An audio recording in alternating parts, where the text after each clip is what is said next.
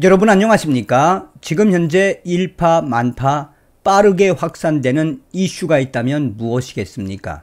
노무현 전 대통령 수사를 했던 이인규 전 중수부장의 회고록, 나는 대한민국의 검사였다. 그 내용들이 참 충격적이었지요.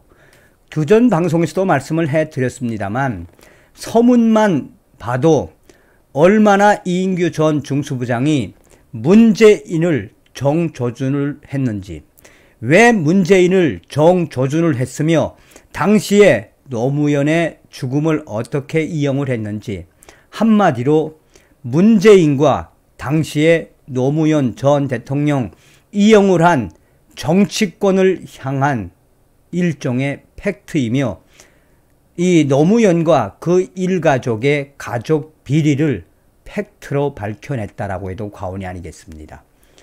저도 이 내용들을 체크를 하면서 왜 이제야 나왔나 했더니, 이제 나왔어도 앞으로 후폭풍은 계속해서 확대될 수밖에 없는 강한 휘발성을 가진 회고록이다라고 해도 과언이 아니겠습니다. 정성산TV 좋아요, 구독, 알림은 큰 힘이 되겠습니다. 후원해 주시는 모든 분들께 가열차게 멸공. 자, 펜 앤 마이크 기사를 인용을 했습니다. 무능한 문재인, 노무현 죽음 이용에 대통령 됐다. 이인규 핵폭탄급 발언 쏟아내. 자, 핵심은 그거죠. 노무현 전 대통령을 수사한 이인규 전 대검찰청 중앙수사본부장. 나는 대한민국 검사였다. 누가 노무현을 죽였나? 지금 이 회고록 장난이 아니게 빠르게 확산되고 있으며 20일 시중에 배포될 예정. 노무현 전 대통령과 그 일가의 뇌물 수수 전모에 대해 서술해 앞으로 이 사태는 계속해서 확산될 수밖에 없지요.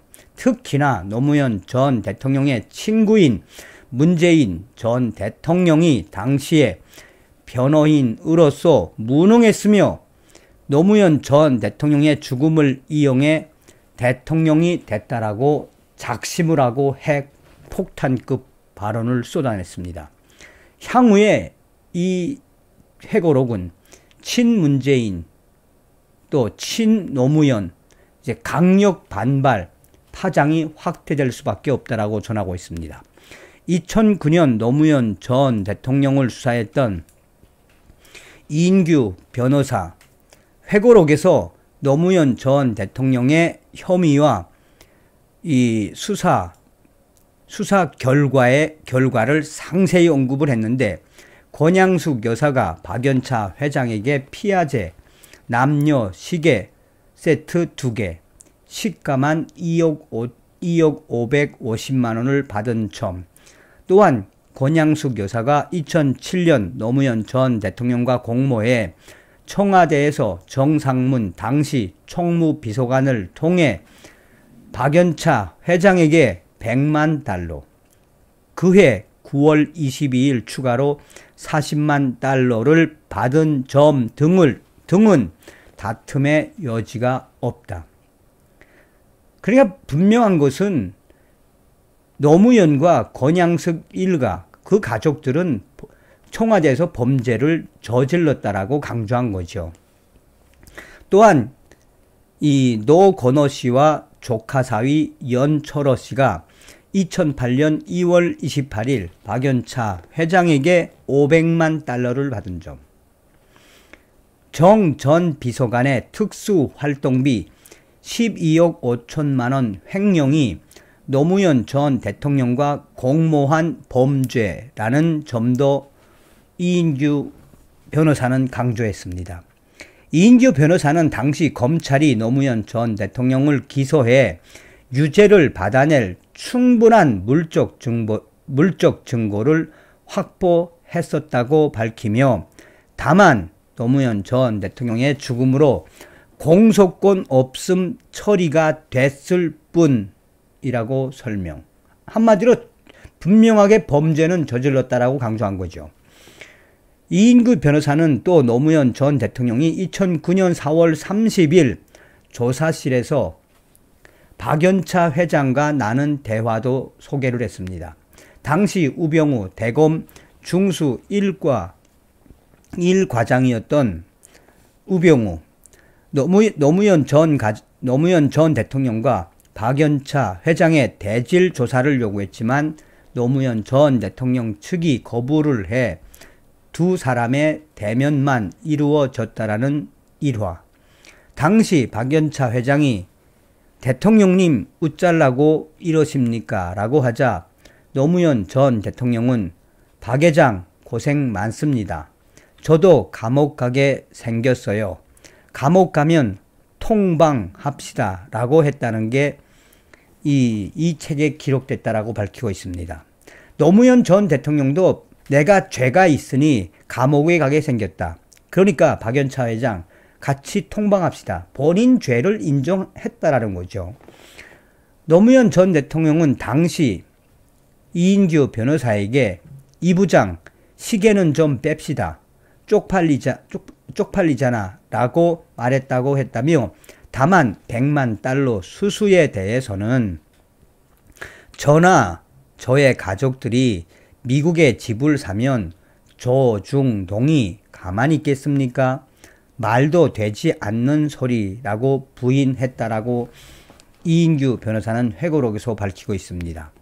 이인규 변호사는 당시 노무현 전 대통령의 변호인이었던 문재인 전 대통령에 대해서 강력하게 작심 비난을 쏟아냈지요.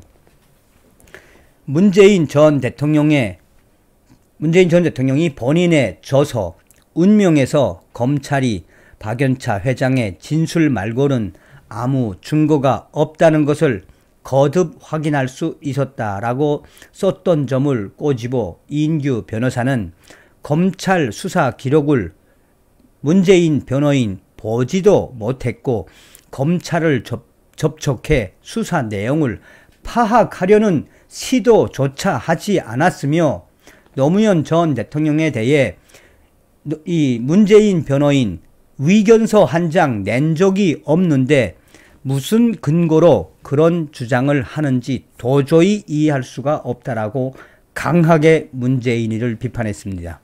이어 이 노무현 전 대통령 변호인으로서 문재인 전 대통령이 검찰을 찾아와 솔직한 검찰의 입장을 묻고 증거 관계에 대한 대화를 통해 사실을 정리해 나갔더라면 노무현 전 대통령이 죽음으로 내몰리지는 않았을 것이라며 노무현의 죽음 위에 거짓 재단을 만들어 문재인 대통령이 됐다라며 슬픔과 원망과 죄책감을 부추기는 의식, 운명 책 발간을 통해 검찰을 악마화하고 지지자들을 선동했다라고 작심 발언을 쏟아냈습니다.